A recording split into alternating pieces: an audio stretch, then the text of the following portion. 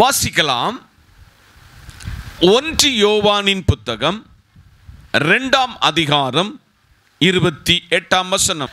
இப்படி இருக்க பிள்ளைகளே, அவர் வெளிப்படும் பொழுது நாம் அவர் வருகையிலே அவருக்கு முன்பாக வெட்கப்பட்டு போகாமல் தைரியமுள்ளவர்களாய் இருக்கும்படி அவரில் நிலைத்திருங்கள். கண்களை மூடுவோம், ஜெபிப்போம். நேசிக்கிற பரம ராஜாவாகிய சர்வ வல்லமையுள்ள எங்கள் தேவனாகிய கர்த்தாவே, வார்த்தை உம்முடையது. வார்த்தையின் மறைபொருளை பரிசுத்தாவியானவர் எங்களுக்கு வெளிப்படுத்தி தாரும். சுயமான ஒரு வார்த்தை வெளிப்படாதபடி பரிசுத்தாவியானவர் அடியனை மறைத்து வெளிப்படும்.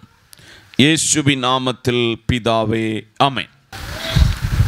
மேசியா தான் வெளிப்படும் பொழுது என்ன நடக்கும், எப்படி இருக்க வேண்டும் என்ற தலைப்பில் இன்றைக்கு காலையிலே கர்த்தர் வார்த்தையை நாம் கவனிக்க போகிறோம். மேசியா தான் வெளிப்படும் பொழுது என்ற தலைப்பில் நாம் கர்த்தர் வார்த்தையை கேட்க போகிறோம். இயேசு கிறிஸ்து முதலாவது இந்த பூமியிலே எதற்கு வந்தார் என்றால், பாவம் செய்த மனுஷனை பரிசுத்தத்திற்கு தேவ சமூகத்தில் கொண்டு வருவதற்கும், இரட்சிப்பை இலவசமாக தந்து மனிதன் விழுந்து போனவனை கிறிஸ்துவண்டையிலே சேர்த்துக் கொள்வதற்காக இயேசு வந்தார்.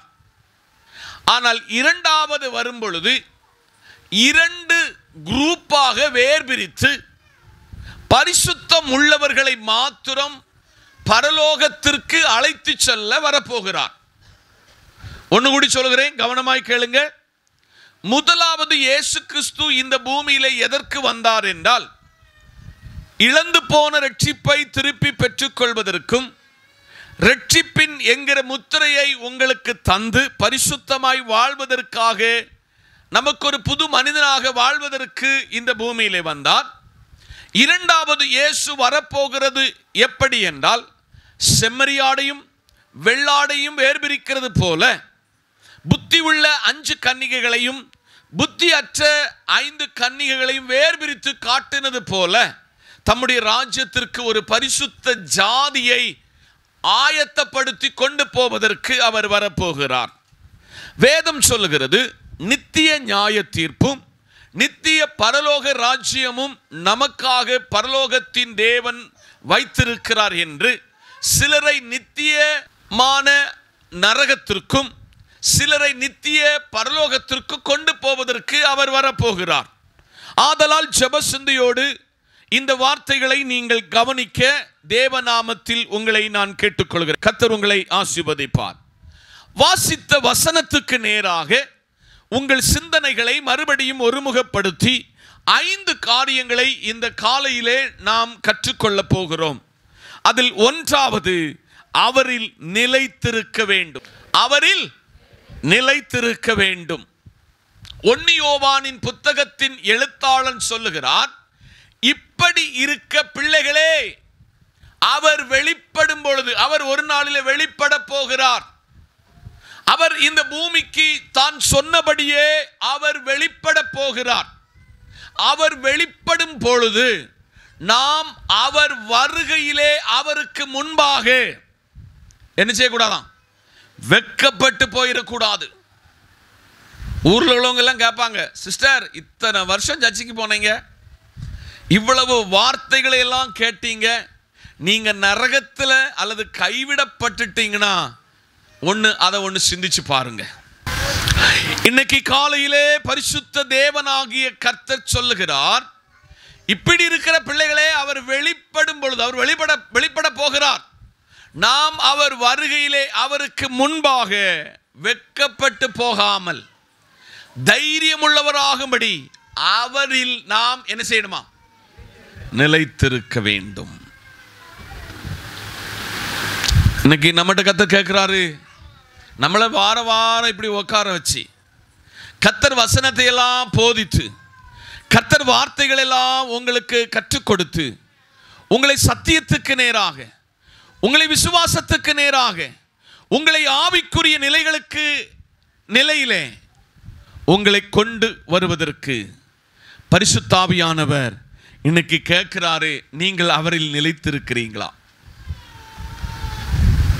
நீங்கள் அவரில் நிலைத்திராவிட்டால் நீங்கள் வெட்கப்பட்டு போவீங்க. கேரளாவில் பெரிய விவசாயமாகும் நல்ல மிளகு செடியினுடைய விவசாயம். நல்ல மிளகு செடி எந்த மரத்திலையும் என்ன செய்யப்படும்? ஏற்றி விட்டு அது போய்கிட்டே இருக்கும். ஆனால் நல்ல மரத்தினுடைய அந்த மிளகினுடைய உண்மையான விவசாயம் என்பது முள்ளு முருங்கன்னு சொல்லி ஒரு செடி இருக்கு. இந்த செடியில இந்த மிளகை விட்டுட்டோம்னா 2 குணங்கள் அந்த செடி செய்கிறது. ஒன்று, கீழே இருந்து வேரில் இருந்து தன்னுடைய ஆகாரத்தை இந்த செடி எடுத்துக்கொள்கிறதோடு கூட இந்த மரத்தினுடைய, அதாவது அந்த மரத்தினுடையதான தொலி ரொம்ப மிருதுவானதுனால, ரொம்ப சாஃப்ட் ஆனதுனால அந்த மரம் அந்த கொடியோடு இணைக்கப்பட்டு மரத்தினுடைய ஆகாரத்தையும் இது சேர்த்து தான் ஒரு நல்ல கனி கொடுக்கிற நல்ல மிளகை நமக்கு வர்ஷிக்க பண்ணுகிறது. இதை போல விசுவாச குடும்பமே, நீங்களும் நானும் அவரில் நிலைத்திருந்தால் மாத்திரம்தான் நாம் வெட்கப்பட்டு போக மாட்டோம், நம்ம கைவிடப்பட மாட்டோம் என்று ஆவியானவர் இந்த காலையிலே சபையை படிப்பிக்கிறார். அப்ப அவர் வரப்போகிறார். அவர் சொன்னபடியே காரியங்கள் நடந்திருக்கிறது. ஒரு கன்னிகை கர்ப்பவதியாவாள் என்று அவர் சொன்னார், அது நடந்தது. அவர் மரிப்பார் என்று சொன்னார், அது நடந்தது. அவர் பரமேறுவார் என்று சொன்னது நடந்தது. ஆனால் நடக்க போகிற ஒரு பெரிய காரியம் இருக்கிறது. இயேசு மறுபடியும் தான் வெளிப்பட போகிறார். அவர் வெளிப்படும் பொழுது நாம் வெட்கப்படாமலும் தைரியம் உள்ளவர்களாயும் அவரில் நிலைத்திருக்க வேண்டும். ஆதலால் ஒரு செடியானது தன் கொடியிலே நிலைத்திருக்கிறது போல நாம் கிறிஸ்து என்கிற இரட்சகரோடு, மேசியா என்கிற கிறிஸ்துவோடு நாம் நிலைத்திருப்போம் என்றால் நாம் மிகுந்த கனிகளை கொடுப்போம் என்று ஆவியானவர் இந்த காலையிலே திருவுள்ளம் பற்றுகிறார். ஆதலால் சபையே, விசுவாச குடும்பமே, மேசியா தான் வெளிப்பட போகிறார். அவரில் நிலைத்திருக்கிறவர்கள் மாத்திரம் அவர் வெளிப்படும் நாளிலே அவரோடு கூட போவோம். கரங்களை தட்டி கர்த்தருக்கு ஸ்தோத்திரம். இரண்டாவதாக வாசிக்கலாமே, 1 யோவானின் புத்தகம் 3ஆம் அதிகாரம் 2ஆம் வசனத்திலிருந்து சில வசனங்களை வாசிக்க கேட்போமே. பிரியமானவர்களே, இப்பொழுது தேவனுடைய பிள்ளைகளாய் இருக்கிறோம்,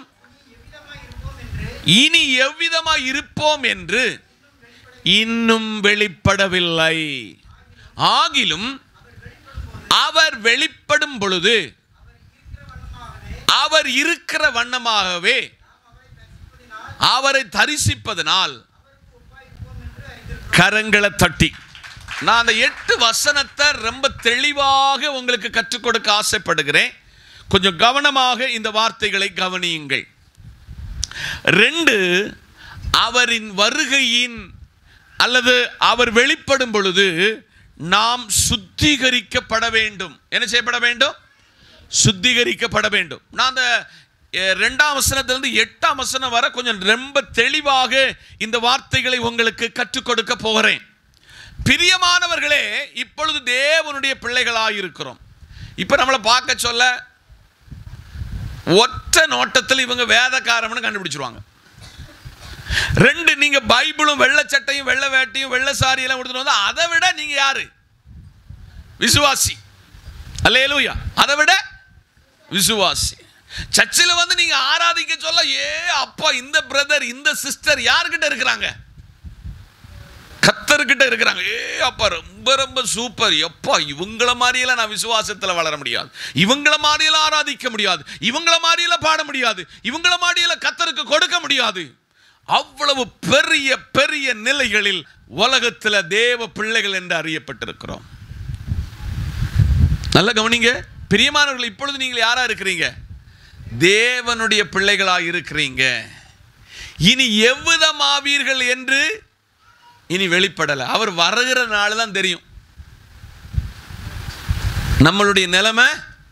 அவர் வருகிற நாளில் யாரெல்லாம் நடிச்சிருக்கிறாங்க, யாரெல்லாம் ஏமாத்தி இருக்கிறாங்க, யாரெல்லாம் அந்தரங்க பாவங்கள் செய்திருக்கிறாங்க என்று சகலமும் வெளிப்பட போகிறது. ஆகிலும் அவர் வெளிப்படும் பொழுது அவர் இருக்கிற வண்ணமாகவே நாம் அவரை தரிசிப்போம். இன்ப இயேசு ராஜாவை நான் பார்த்தால் போதும். அந்த பாடலை எழுதின ஒரு அம்மா பாடுனாங்க, முள்முடி சூட்டப்பட்ட தலையை பார்ப்பேன், பொற்கிரீடம் சூட்டி நானும் புகழ்ந்திடுவேன். இயேசு எப்படி பரமேறி போனாரோ அதே வேஷத்தில் அப்படியே இந்த பூமியில வெளிப்பட போகிறார். ஆமென் சொல்லுங்க. நாம் அவரை தரிசிப்பதனாலே அவருக்கு ஒப்பாயிருப்போம் என்று அறிந்திருக்கிறோம். அவருக்கு ஒப்பாயிருப்போமா, அவரை போல இருப்போம் என்று இந்த எழுத்தாளன் பரிசுத்தாவியின் மூலம் எழுதி கொடுக்கிறார். 3ஆம் வசனத்தை வாசிக்கலாம். அவர் மேல் இப்படிப்பட்ட நம்பிக்கை வைத்திருக்கிறேன் எவனும் அவர் சுத்தம் உள்ளவராய் இருக்கிறது போல கரங்களை தட்டி. அவர் சுத்தமுள்ளவர். நம்ம ஃப்ரெண்ட்ஷிப்பை எப்படி செலக்ட் பண்ணுவோம்?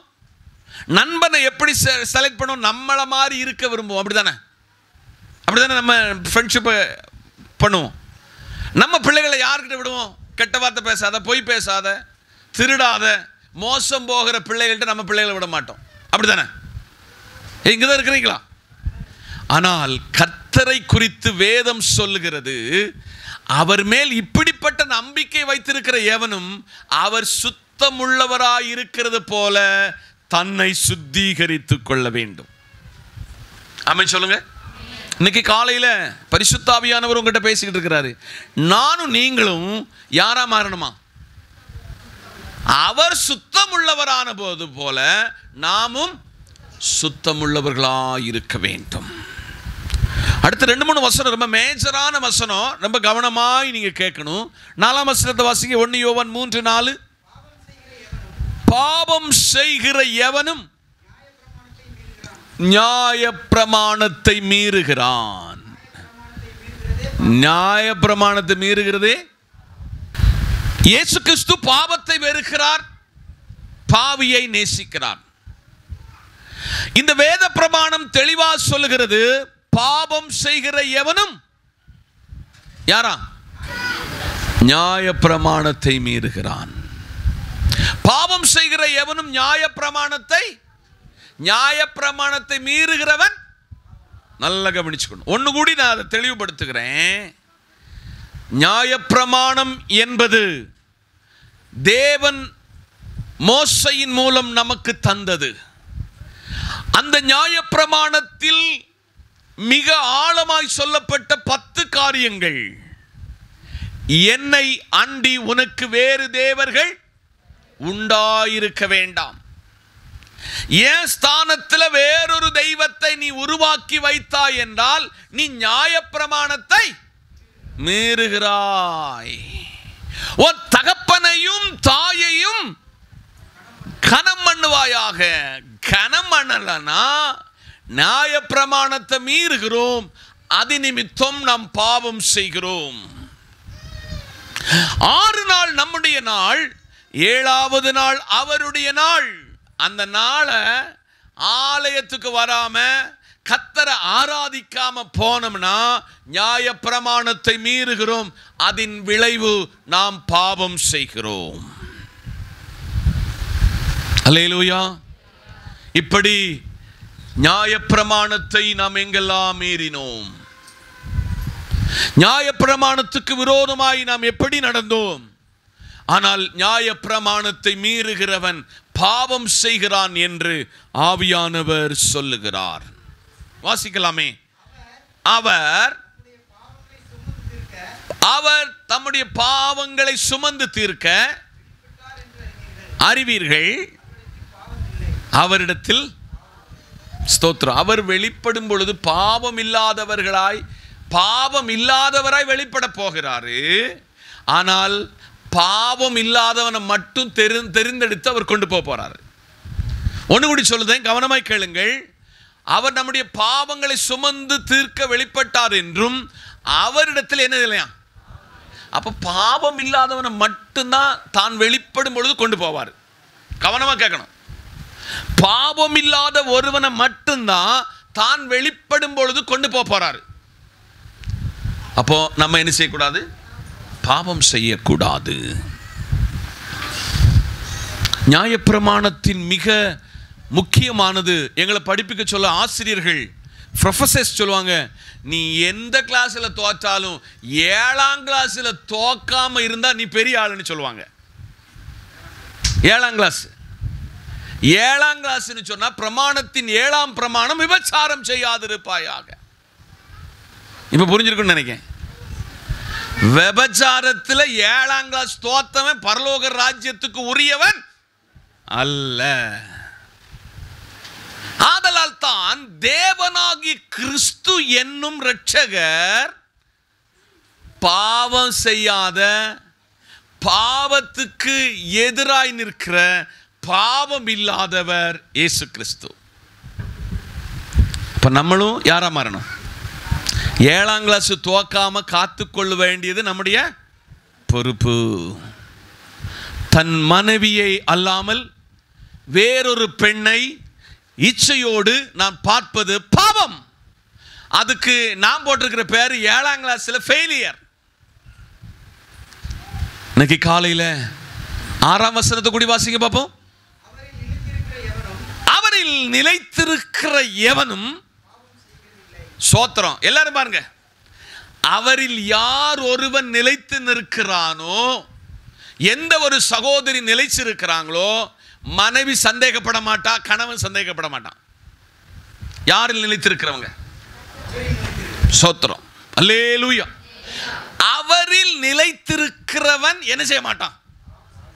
அப்போ இன்னைக்கு காலையில் கர்த்தர்ட்ட ஒன்று சோதிச்சு பார்க்கணும். ஆண்டவரே, நான் உங்களில் நிலைத்திருக்கிறேனா? உங்களில் நான் நிலைத்திருந்தேன் என்றால் நான் என்ன செய்ய மாட்டேன்? பாவம் செய்ய மாட்டேன். அடுத்த வசனம், பாவம் செய்கிற எவனும் அவர் என்ன செய்யலையா?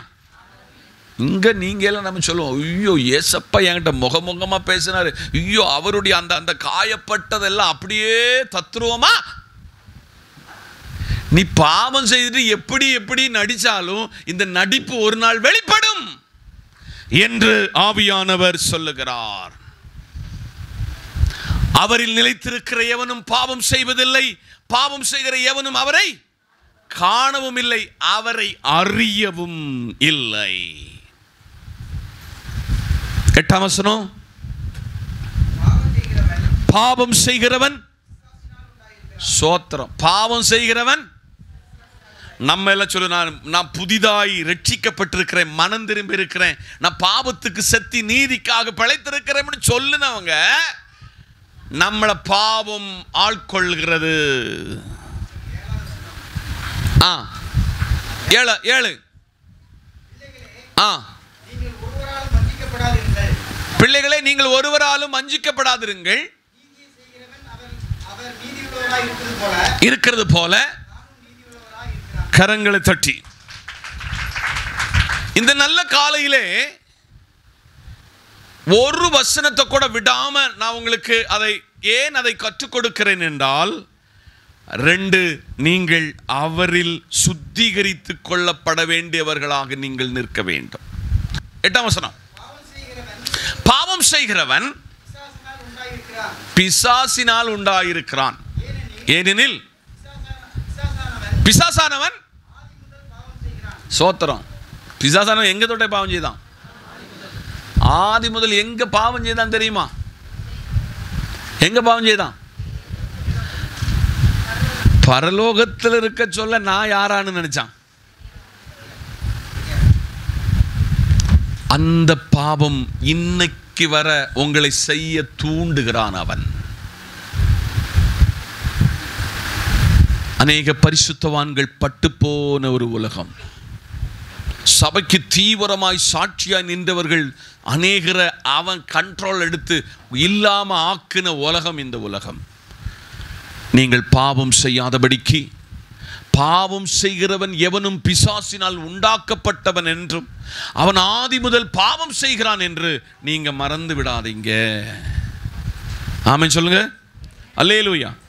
மூன்றாவதாக 1 பேதுருவின் புத்தகம் 5ஆம் அதிகாரம் 1-4 வரை உள்ள வசனத்தை அப்படி சொல்ல வாசிக்க பார்ப்போம். உங்களில் உள்ள மூப்பருக்கு உடன் மூப்பனும் கிறிஸ்துவின் பாடுகளுக்கு சாட்சியும் இனி வெளிப்படும் மகிமைக்கு பங்காளியுமாயிருக்கிற நான் என்னவென்றால், உங்களிடத்தில் உள்ள தேவனுடைய மந்தைகளை மேய்த்து கட்டாயமாய் அல்ல, மனப்பூர்வமாயும் அவலட்சணமாயுமான ஆதாயத்திற்காக அல்ல, உற்சாக மனதோடும் சுதந்திரத்தை இருமாப்பாய் ஆளுகிறவர்களாய் அல்ல, மந்தைக்கு மாதிரியாகும் கண்காணிப்பு செய்யுங்கள். அப்படி செய்தால் பிரதான மேய்ப்பர் வெளிப்படும் பொழுது மகிமையுள்ள வாடாத கிரீடத்தை நமக்கு பெறுவீர்கள். கரங்களை தட்டி. மேசியா தான் வெளிப்படும் பொழுது நம்ம மாதிரியா இருக்கணுமா? என்னதா இருக்கணுமா? மாதிரியா இருக்கணும். இப்போ 1ஆம் வசனத்துல பார்க்க போறோம். 5:1 உங்களில் உள்ள மூப்பருக்கு உடன் மூப்பனும் சாட்சியும் இனி வெளிப்படும் மகிமைக்கு பங்காளியாய் இருக்கிற நான் புத்தி சொல்லுகிறது என்னவென்றால், இயேசுவை ஒரு ரொம்ப அழகாக ஹைலைட் பண்ணி இந்த பேதுருவினுடைய நிருபத்தை கர்த்தர் நமக்கு தருகிறார். உங்களில் மூப்பரும் உடன் மூப்பரும் கிறிஸ்துவின் பாடுகளுக்கு சாட்சி. அல்லேலூயா. அன்னைக்கு அவங்க சாட்சி, இன்னைக்கு கிறிஸ்துவினுடைய இந்த அவருடையதான பாடுகளுக்கு நம்ம சாட்சி. இயேசு உங்களுக்கு எப்படி பாடுபட்டார், எப்படி அடிக்கப்பட்டார், எப்படி விஸ்தரிக்கப்பட்டார், அவருக்குள்ள ஜீவன் இருக்கிறதா என்று ஒரு விழாவிலே ஒருவன் ஈட்டினால குத்தினான். இதெல்லாம் நம்ம அறிஞ்சிருக்கிறோம், அதுக்கு பங்காளியா இருக்கிறோம். ஆண்டவர் சொல்கிற புத்தி என்னவென்றால் 2ஆம் வசனம், உங்களிடத்தில் இருக்கிற தேவனுடைய மந்தை நீங்கள் மேய்த்து. போதும், அங்க நிறுத்துங்க. எல்லாரும் பாருங்க, எல்லாரும் இங்க பார்க்கணும். நீங்க ஒரு 200 ஆடு அல்லது 100 ஆடு வச்சிருக்கீங்கன்னு வச்சுக்காங்க. இந்த எந்த ஆடு சேட்டை பண்ணும், எந்த ஆடு நல்ல மேயும், எந்த ஆடு ஒரு ஆடை போய் முட்டும்னு சொல்லி உங்களுக்கு தெரியுமா தெரியாதா? அல்லேலூயா. ஆனா உங்க பாஸ்டர் ஒரு பெரிய இடையன், ஒரு நல்ல மேய்ப்பன். இந்த மேய்ப்பங்கிட்ட இருக்கிற ஆடுக்குள்ள எல்லா சுபாவமும் தெரிஞ்ச ஒரு மேய்ப்பன் கர்த்தருக்கு பின்பு உங்க மேய்ப்பன். ஆமென் சொல்லுங்க. நான் இன்னைக்கு வண்டியை ஒன்வேல கடத்தி விட்டாங்க. அந்த ஒன்வே வரச்சில சொன்னேன், நம்ம விசுவாசி எங்க போனாலும் எந்த இடத்துல நின்னாலும், சினிமா தியேட்டர்ல போனாலும், லாட்ரி வாங்கினாலும் கிளியரா கண்ணுல கொண்டு கர்த்தர் காட்டுவார். ஏன்னா என் மந்தைய நான் சரியாக மேய்க்காவிட்டால், என் மந்தைக்கு மேல கரிசனை இல்லாதவனாய் நான் மாறிட்டோம்னா, மந்த வழி விலக சொல்ல யாருகிட்ட கேட்பாங்க சொல்லுங்க? மேய்ப்பங்கிட்ட தான் கேட்பாங்க. இன்னைக்கு காலையில கர்த்தர் கேட்கிறாரு, உங்களிடத்தில் தேவனுடைய மந்தையை நீங்கள் மேய்த்து கட்டாயமாய் அல்ல, மனப்பூர்வமாயும் அல்ல, அவலட்சணமான ஆதாயத்திற்காக அல்ல, உற்சாக மனதோடே நீங்கள் முன்மாதிரியாய் இருக்க வேண்டும். 3ஆம் வசனம், சுதந்திரத்தை இருமாப்பாய் ஆளுகிறவர்கள் அல்ல, கண்காணிப்பு செய்யுங்கள். ஆமென் சொல்லுங்க. ஆனால் கர்த்தர் சொல்றார், நீ மந்தைக்கு யாரா இருக்கணுமா? மந்தைக்கு யாரா இருக்கணுமா? மாதிரி. சபையே, நீங்க உங்க பிள்ளைகள் ஒரு இடத்துல வழி விலகி இடறும் பொழுது முழு விசுவாசிகளும் இடறுவதற்கான ஒரு தடைக்கல்லாக நீங்கள் மாறுகிறீர்கள். நான் இடறினால் என் மந்தை என்ன செய்யும்? இடரும். நான் உங்க பாவத்தை பார்த்துட்டு பார்க்காம நீங்க தருகிற தசம பாகத்தையும் காணிக்கையும் வாங்கி சாப்பிட்டோம்னா ஓங்கி ஒரு அடி ஆண்டவர் எனக்கு தருவார். ஆதலால் சுதந்திரத்தை இருமாப்பாய் ஆளுகிறவர்களாய் அல்ல, மந்தைக்கு யாரா இருக்கணுமா? மாதிரியாய் கண்காணிப்பு. சகோதரிமாரே, சகோதரரே, நமக்கு இவ்வளவு ஜனத்தை தந்திருக்கிறாரு. உங்க பாஸ்டருக்கு மட்டும் இல்லை இந்த பொறுப்பு, உங்க எல்லாருக்கும் கண்காணிப்பு செய்ய வேலையை தந்திருக்கிறார். ஸ்கூலுக்கு போகிற உங்க பிள்ளைகள், நம்ம பிள்ளைகள், நம்முடைய மாணவர்கள், நம்முடைய மாணவிமார்கள் ஸ்கூலிலோ கல்லூரியிலோ அவங்க படிக்க போச்சல, அவங்க தவறுதலான ஏதாவது ஒரு காரியத்தில் விழுந்துட்டாங்கன்னா அவங்கள புத்தியாய் ஞானமாய் அவங்கள வழி நடத்தி கர்த்தரிடத்தில் கொண்டு வரக்கூடிய ஒரு கண்காணிப்பு வேலையை ஆவியானவர் தந்திருக்கிறார். ஆமென் சொல்லுங்க. இந்த காலையிலே பரிசுத்த ஆவியானவர் நம்மை பார்த்து அந்த 4ஆம் வசனத்தில் என்ன சொல்லுதான்னு பாருங்க. அப்படி செய்தால் பிரதான மேய்ப்பர் வெளிப்படும் பொழுது கரங்களை தட்டி. விளங்கிச்சா உங்களுக்கு? பிரதான மேய்ப்பர் வெளிப்பட போகிறார். எப்படி செய்யணும்? மந்தைக்கு கண்காணிப்பு, அவங்க மேல ஒரு கண்காணிக்கிற அனுபவம் உள்ளவனாய் நாம் மாற்றப்படும் பொழுது, பிரதான மேய்ப்பன் வெளிப்படும் பொழுது மகிமையுள்ள, என்னதான் உலகத்தில் என்ன கிரீடம் கிடைச்சுன்னா அது ஒரு நாள் ஒன்றும் அட்ரஸ் இல்லாமல் போயிடும். ஆனால் மகிமையுள்ள வாடாத கிரீடத்தை கர்த்தர் நமக்கு தரப்போகிறார். ஆமென் சொல்லுங்க. வாசிக்கலாம். 4ஆவதாக 1 பேதுரு 1:7.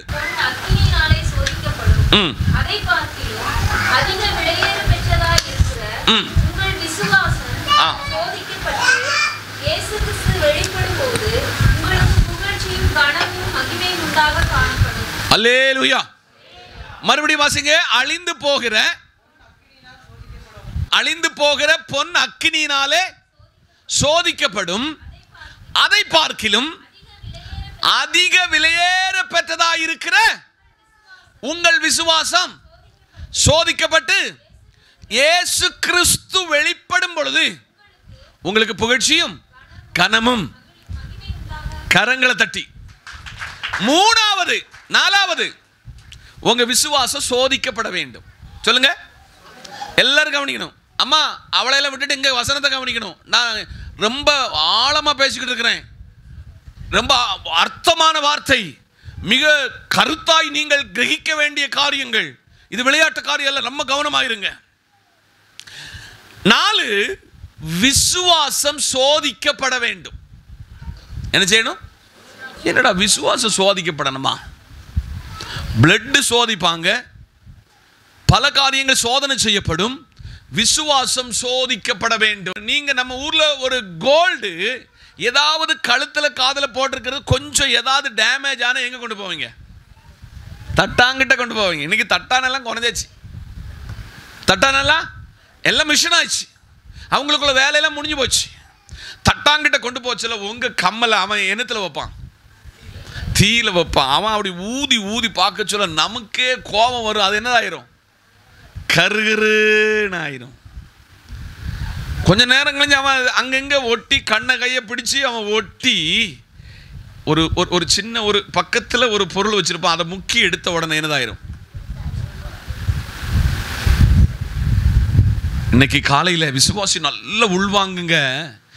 அழிந்து போகிற பொன் அக்கினியினால் சோதிக்கப்படுகிறது. அழிந்து போகிற பொன்னும் அக்கினியினால் சோதிக்கப்படுகிறது. அதை பார்க்கிலும் அதிக விலையேறப்பட்டவனாய் இருக்கிற நீங்களும் நானும். உங்கள் விசுவாசம் என்ன செய்யப்படணுமா? யாருடைய விசுவாசம் சோதிக்கப்பட்டதோ அவனை விசுவாசத்திலிருந்து பின்திரிக்க முடியவே முடியாது. இயேசு கிறிஸ்து வெளிப்படும் பொழுது புகழ்ச்சியும் கனமும் மகிமையும் யாருக்கு தரப்படும் என்றால், விசுவாசத்தில் எவன் ஒருவன் சோதிக்கப்பட்டிருக்கிறானோ அவனுக்கு நடக்கும். ஆமென் சொல்லுங்க. உங்களுக்கு தெரியுமா, விசுவாசிகளின் தகப்பனாகிய ஆபிரகாம் விசுவாசத்தில் சோதிக்கப்பட்டான். அல்லேலூயா, அல்லேலூயா. எப்படி சோதிக்கப்பட்டான்? அதிகாலையிலே கர்த்தர் கூப்பிட்டார், ஆபிரகாமே, என்ன ஆண்டவரே, உன் ஏக சோதனை கொண்டு எனக்கு என்ன செய், மோரியா மலையில எனக்கு நீ பலி செலுத்து.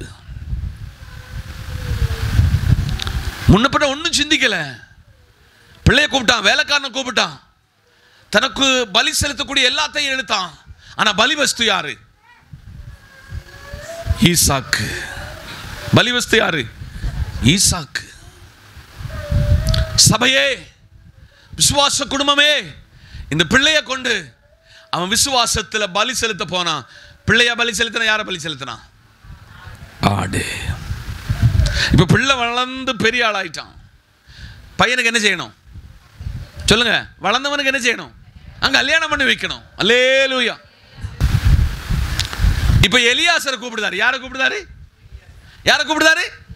எலியாசரை கூப்பிடுது. இப்ப எலியாசருங்க, வா, நீ இங்கெல்லாம் பொண்ணு பார்த்துறாத, நீ எங்க போ, நம்ம இடத்துக்கு போ. அவன் சொல்லுது இதெல்லாம் நடக்குமா? ஆனா விசுவாசத்தில் சோதிக்கப்பட்ட ஆபிரகாம் சொல்ல, நான் சொன்ன மாதிரி எல்லாம் நடக்கும். இப்போ ஆளுக்கு என்ன ஆயிடுச்சு? ஒட்டகம் ஆயிட்டு, விலை உயர்ந்த கடகங்கள் எல்லாம் கடுக்க எல்லாம் ரெடி ஆயிட்டு போறாரு. இப்போ அவருக்குள்ள விசுவாசம் பாருங்க. விசுவாசத்தில் சோதிக்கப்பட்டவனோடு நடந்தால் விசுவாசம் உண்டாகும். நல்ல புரிஞ்சுக்கணும். விசுவாசத்தில் சோதிக்கப்பட்டவனோடு நடந்தா என்ன உண்டாகும்? விசுவாசி விசுவாசம் உள்ளவனோடு நடந்தா நீங்க உங்களுக்கு விசுவாசம் வரும். இல்லாட்டா உங்களுக்கு ஒரு விசுவாசம் இல்லாம போயிடும். ஆமே. இப்ப இவன் போய் கிணத்துக்கரையில் நின்று சொல்லுதான், எனக்கு எவா தண்ணி தாராளோ. அந்த விசுவாசத்தை நீங்க என்னைக்கு சிந்திச்சது உண்டா? எவா நமக்கு தண்ணி தாராளோ அவ என் எஜமானனுடைய மகனுக்கு மனைவி. சோத்திரம். அவ சொல்லுதா, உங்களுக்கும் தண்ணி தாரேன், உங்க ஒட்டகத்துக்கு தாரேன். அதை விட ஃபேமஸ், எங்க வீட்டுல ராத்திரி தங்கதுக்கு என்ன இருக்கு? இடம் இருக்கு. ஒட்டகத்துக்கு என்ன இருக்கு? தீவனமும் இருக்கு. என் முன்ன பின்ன தெரியாதவங்கிட்ட அவ என்ன வாங்குதா? சொல்லுங்க. காதல காதணி, கடகம் அவள் வாங்கினாள். அவள் இப்பொழுது அழைத்து எங்க கொண்டு போறா? ஒரு ராத்திரில் அவன் சொல்லுதான், ஐயா, என் எஜமானன் ஒரு செல்வ சீமானா இருக்கிறான், உங்க மகளை எங்க கூட. இது அவ்வளவு நடந்தது விசுவாசத்தில். ஆனால் இதற்கு பின்னால, எலியாசருக்கு பின்னால செயல்பட்டது ஒண்ணு. ஒருவன் விசுவாசத்தில் சோதிக்கப்பட்டான். பிள்ளைகளுக்குள்ள திருமணம் நடக்கணுமா? வீடு கட்டி முடிக்கணுமா? நீங்கள் ஆவிக்குரிய நிலையில் வளரணுமா? உங்க கடனத்துக்கெல்லாம் ஒரு முற்றுப்புள்ளி வைக்கணுமா? நீங்க விசுவாசத்தில் சோதிக்கப்பட்டால் இதெல்லாம் நடக்கும். ஆமென், அல்லேலூயா. ஒரு தானியேல் தன் விசுவாசத்தில் சோதிக்கப்பட்டான். ஒரு சாத்ராக், மேஷாக், அபேத்நேகோ விசுவாசத்தில் சோதிக்கப்பட்டார்கள். காலையில ராஜா என்ன நினைப்போடு போறார் தெரியுமா? அவன் கேட்ட கேள்வி, உன் தேவனாகிய கர்த்தர் உன்னை சிங்கத்தில் வாயிலிருந்து உன்னை தப்புவிக்க வல்லவரா இருந்தாரா? அவன் ராஜாவினுடைய விசுவாசத்தினுடைய சோதனை வேற, தானியேலுடைய விசுவாசத்தின் சோதனை என்ன உள்ள போட்டாலும் என் கூட இருக்கிறவர் விசுவாசத்தில் சோதிக்கப்பட்டிருக்கிறேன். என்ன இந்த சிங்கத்தினால ஒண்ணும் உங்களுக்குள்ள வியாதி, நீங்க கத்த சமூகத்தில் செத்து போயிருவீங்கன்னு விதி எழுத சொல்ல, விசுவாசத்தில் சோதிக்கப்பட்டா அந்த வியாதியிலிருந்து ரிமிடி ஆகி விடுதலை பெற்று நீங்க ஒரு பலசாலியா மாறுவீங்க. கரங்களை தட்டி. அதனால விசுவாசத்தில் சோதிக்கப்பட்டவனுக்கு மட்டும்தான் புகழ்ச்சியும் கனமும் மகிமையும் உண்டாகும். இன்னைக்கு விசுவாசிட்டு கேட்காரு ஆண்டவர், நீ விசுவாசத்தில் சோதிக்கப்பட்டு இருக்கிறாயா? உன் விசுவாச வாழ்க்கையில் சோதிக்கப்பட்டிருக்கிறாய். நான் உன்னோடு கூட இருக்கிறேன் என்றும், உனக்கு வியாதி வரும், உனக்கு உபத்திரவம் வரும், உனக்கு இழப்பு வரும், உனக்கு கஷ்டம் வரும், உனக்கு கண்ணீர் வரும், உன்னை நேசித்தவங்க எல்லாம் உன்னை புறம்பே தள்ளி உன்னை ஒன்றும் பார்க்காதவர்களாய் போன பொழுதும் நான் உன்கூட இருந்து நான் சொன்னதை செய்யும் அளவும் நான் உன்னை விட்டு விலக மாட்டேன், உன்னை கைவிட மாட்டேன் என்று விசுவாசத்தில் ஒருவன் சோதிக்கப்பட்டான். இந்த உலகத்தில் எந்த சக்தியாலும் அவனை என்ன செய்ய முடியாது, பிரிக்க முடியாது. புகழ்ச்சியும் கனமும் மகிமையும் எப்ப வருணா, நீங்கள் விசுவாசத்தில் சோதிக்கப்பட வேண்டும்.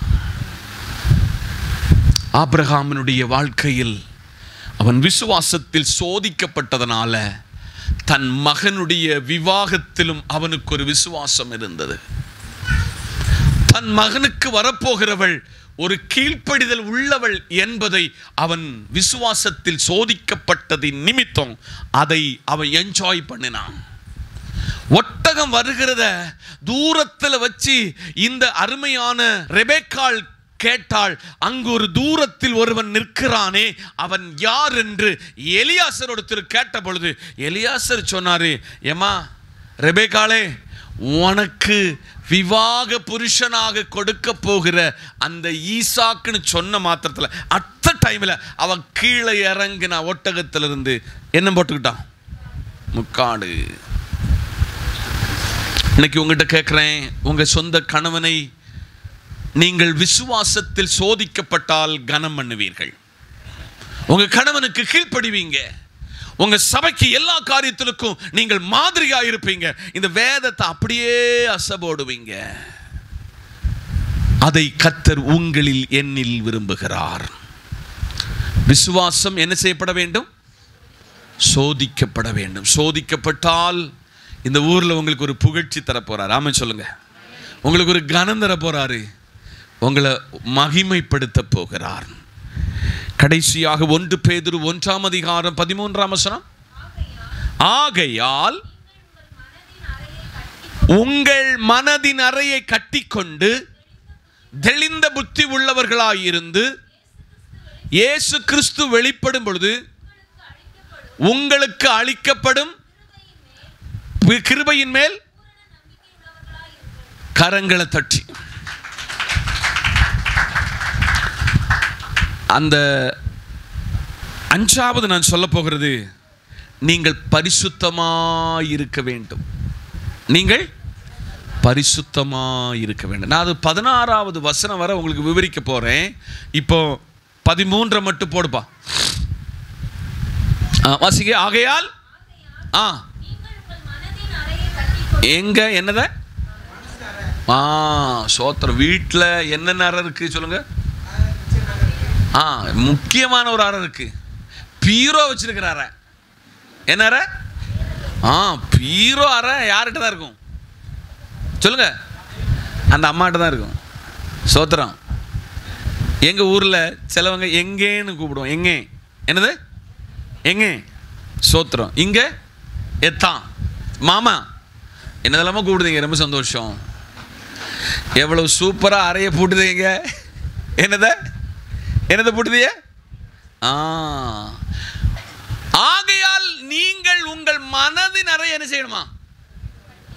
ஒரு ஆள்கிட்ட சொன்னாதான் தூக்கம் வரும் நமக்கு.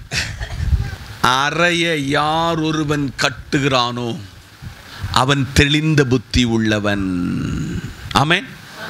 இயேசு கிறிஸ்து வெளிப்படும் பொழுது உங்களுக்கு அளிக்கப்படும் கிருபையின் மேல் பூரண அறைய கட்டாம உங்க வாழ்க்கையில என்ன செய்தாலும் அதுல பிரயோஜனம் இல்லை. இப்போ 14 வசனம். நீங்கள் முன்னே அறியாமையினாலே கொண்டிருந்த இனி நடவாமல் கீழ்ப்படுகிற பிள்ளையாயிருங்க. இப்ப பாருங்க, முன்ன உங்களுக்கு இச்சைனா என்னன்னு தெரியாது. இப்ப சபைக்கு வர சொல்ல எல்லாம் ஏங்க வா, ஒரு மனைவி, உங்க மனைவி இல்லாமல் வேறொரு பெண்ணை இச்சையோடு நீ பார்த்துட்டா அவளோடு விபச்சாரம் பண்ணி ஆயிடுச்சுன்னு பைபிள் படிப்பிக்கிறது. இனி நீ என்ன செய்யக்கூடாது? இச்சையோடு இனி யாரையும் பார்க்க கூடாது. நீங்கள் முன்னே உங்கள் அறியாமையினால் கொண்டிருந்த இச்சையின்படி, உங்களுக்கு தெரியாம இருந்து அப்படி இச்சித்து பார்த்துருந்தேன், இனி அப்படி நடக்க கூடாது. கீழ்ப்படுகிற பிள்ளைகளா இருக்க வேண்டும். இங்க இருக்கிறீங்களா தம்பிமாரே? நீங்க ஒரு மெசேஜ் அடிச்சு அதை டெலிட் பண்ணி யாருக்கு தெரியாம நினைப்பீங்க, ஆனா ஒரு நாள் அது வெளிப்படும். அல்லேலூயா. கண்டிப்பா வெளிப்பட்டுரும். இன்னைக்கு காலையிலே உங்க செல்போனுக்கும் உங்களுக்கும் இந்த இச்சையிலிருந்து உங்களை பாதுகாத்துக் கொள்ள வேண்டும். ஆமென் சொல்லுங்க. இந்த நல்ல நாளிலே நீங்கள் கீழ்ப்படிதல் உள்ள பிள்ளைகளாக நீங்கள் மாற வேண்டும். 15ஆம் வசனம், உங்களை அழைத்தவர் பரிசுத்தராய் இருக்கிறது போல நீங்கள் உங்கள் நடக்கைகள் எல்லாவற்றிலும் கரங்களை தட்டி. மேசியா தான் வெளிப்படும் பொழுது உங்களை அழைத்தவர் யார்? பரிசுத்தர். I am the holy. நான் பரிசுத்தர். நீங்களும் உங்க நடக்கைகள் எல்லாவற்றிலும், இங்க பாருங்க, வேலைக்கு போறவங்க எல்லாரும் வேலைக்கு போறவங்க, அது எந்தெந்த கம்பெனியோ விவசாயமோ எதுமாய் கொள்ளட்டும், எஜமானன் இருக்கும் பொழுது எப்படி நீங்க வேலை செய்கிறீங்களோ, ஆனா எஜமானன் இல்லாத பொழுதும் என்ன செய்யணும்? வேலை செய்யணும். அப்படியே வேலை செய்யணும். அதான் உங்களை அழைத்தவர் பரிசுத்தராய் இருக்கிறது போல நீங்கள் உங்கள் எல்லா நடக்கைகளிலும் பரிசுத்தராயிருங்கள். என்னை பரலோகத்தின் ஒருவர் பார்த்து கொண்டிருக்க ராஜ ஊழியம் செய்தானா ஊழியம் செய்யலையா? ஜனங்களுக்கு சத்தியத்தை எடுத்து சொல்லுதானா சொல்லலையா? ஜனங்களை திட்ட வேண்டிய இடத்துல திட்டுதாரா, ஆதரிக்கிற வேண்டிய ஆதரிக்கிறாரா என்று எல்லாம் பரலோகம் பார்த்துக்கிட்டே இருக்கு. அப்ப பிள்ளை சிக்ஷிக்காத யாராவது இருக்காங்களா? சிக்ஷிக்கிறவன் நன்றாய் இருந்திருக்கிறான். அம்மாமாரே, உங்க பிள்ளைகளை சிக்ஷிச்சு வளங்க. உங்க பிள்ளை யாரோடு கம்யூனிகேஷன் வச்சிருக்குன்னு நல்லா புரிஞ்சு கொள்ளுங்க. உங்க பிள்ளைகள் யாரோடு சாட் பண்ணுகிறாங்கிறது தெரிஞ்சு கொள்ளுங்க. உங்க பிள்ளைகள் ஸ்கூலுக்கு போச்சல, கல்லூரியில் போச்சல, யார் கூட நடக்கிறாங்கிறது நன்றாய் புரிந்து கொள்ளுங்கள்.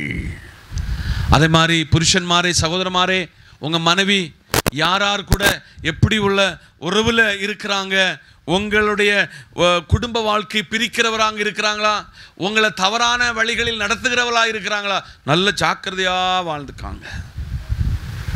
16ஆம் வசனம், நான் பரிசுத்தன் ஆகையால் பரிசுத்தராய் இருங்கள் என்று கரங்களை தட்டி. நான் பரிசுத்தர். ஏசப்பா பரிசுத்தர். இந்த பரிசுத்தர் சொல்லுதார், நீங்களும் யாரா இருக்கணும்? பரிசுத்தமா இருக்கணும். ஆண்டவரே, அந்த பரிசுத்தத்துக்கு விரோதமாக, அந்த பரிசுத்தத்தில் வளர விடாதபடிக்கு என்னை மேற்கொள்ளுகிற, ஓவர் கம் பண்ணுகிற ஏதாகிலும் பாவம் என்னை மேற்கொள்ளுகிறதா? நானும் அடக்கி தான் பார்க்க, பொய் சொல்லக்கூடாது, கெட்ட வார்த்தை பேசக்கூடாது, தவறு செய்யக்கூடாதுன்னு நானும் நினைச்சு பார்க்க என்னால் முடியவே இல்லை. இன்னைக்கு காலையில் 5 காரியத்தை பரலோகத்தின் தேவன் வெளிப்படுத்தி இருக்கிறார். அவர் அல்லது மேசியா தான் வெளிப்படும் பொழுது, 1, அவரில் நிலைத்திருக்கிறவனுக்கு மட்டும், தேவ சமூகத்தில் அவரில் நிலைத்திருக்கிறவனுக்கு மட்டும், அல்லேலூயா, அவரில் நிலைத்திருக்கிறவனுக்கு மட்டும். 1, நல்லா கவனிச்சுக்காங்க, அவரில் நிலைத்திருக்கிறவனுக்கு மட்டும் மேசியா வெளிப்படும் பொழுது அவரோடு கூட சஞ்சரிக்க முடியும். 2, சுத்திகரிக்கப்பட்டவனுக்கு மட்டும்தான் அந்த அவர் வெளிப்படும் பொழுது அவரோடு கூட சஞ்சரிக்க முடியும். 3, முன்மாதிரியா இருக்க வேண்டும். யாரா இருக்கணும்? முன்மாதிரியா இருக்க வேண்டும். 4, விசுவாசத்தில் சோதிக்கப்பட்டிருக்க வேண்டும். 5, பரிசுத்தம் உள்ளவர்களாக இருக்க வேண்டும். அவர் சொன்னார், நான் பரிசுத்தர், நான் பரிசுத்தர், நீங்களும் பரிசுத்தராயிருங்கள். அன்படியால் இன்னைக்கு காலையில் மேசியா தான் வெளிப்பட போகிறார். சொல்லுங்க, மேசியா தான் வெளிப்பட போகிறார். வெளிப்படும் பொழுது அந்த நாட்களில் அவரோடு கூட, யாரோடு கூட? அந்த வெள்ளை சிங்காசனத்தில் இருக்கிற அவரோடு கூட நம்மை அவர் மேகங்களோடு அவர் எடுத்துக்கொள்ளப்பட போகிறார். இயேசு வரும் பொழுது ரெண்டு காரியம் நடப்போகுது. இயேசு வரும் பொழுது நித்திய நியாய தீர்ப்புக்கும், சொல்லுங்க, நித்திய நியாய தீர்ப்புக்கும் நித்திய நிந்தைக்கும் ஒரு குரூப்பை எடுக்க சொல்ல, ஒரு நித்திய யுகமாய் ஒருவரோடு கூட வாசம் பண்ண அவர் வரப்போகிறார். அந்த நித்திய ராஜ்யத்துக்கு செல்வதற்கு மேசியா வெளிப்படும் பொழுது இந்த 5 காரியங்களில், மறுபடியும் சொல்லுறேன், அவரில் நிலைத்திருக்கிற, அவருக்குள் சுத்திகரிக்கப்பட்ட, அவருக்குள் முன்மாதிரியாக, அவருக்குள் விசுவாசத்தில் சோதிக்கப்பட, அவருக்குள் பரிசுத்தம் உள்ளவர்களாய் இருக்க கர்த்தர் உங்களை அழைக்கிறார். இந்த வார்த்தையினால் பரிசுத்த ஆவியானவர் உங்களை கனப்படுத்தி மேன்மைப்படுத்தி அழகு பார்ப்பார் என்று மனமாற வாழ்த்தி உங்களுக்கு விடைபெறுகிறேன். கண்களை மூடுவோம், ஜெபிப்போம். நேசிக்கிற நல்ல ஆண்டவரே, நல்ல வார்த்தையை நீங்கள் அனுப்புறீங்க. இந்த வார்த்தை எங்களுக்குள் கிரியை செய்தது. இந்த வார்த்தையின்படி வளர்ந்து பெருக கிருபை தாரும். உமக்கு சாட்சியாக ஜீவிக்க கிருபை தாரும். இயேசுவின் நாமத்தில் பிதாவே, ஆமென். நம்முடைய கர்த்தரும் இரட்சகரும் மீட்பருமாயிருக்கிற இயேசுவின் கிருபை, பிதாவின் அன்பு, பரிசுத்த ஆவியின் ஐக்கியமும் நாம் அனைவரோடும் ஏறெடுத்துக்கொண்ட எல்லா காரியங்களோடு கர்த்தர் கிருபை என்றும் சகல நாட்கள் நிலைத்திருப்பதாக. ஆமென். ஆத்துமாவே என் முழுமே பரிசுத்த நாமத்தை ஸ்தோத்திரி. என் ஆத்துமாவே கர்த்தரை ஸ்தோத்திரி. கர்த்தர் செய்த சகல உபகாரங்களை மறவாதே. ஆமென்.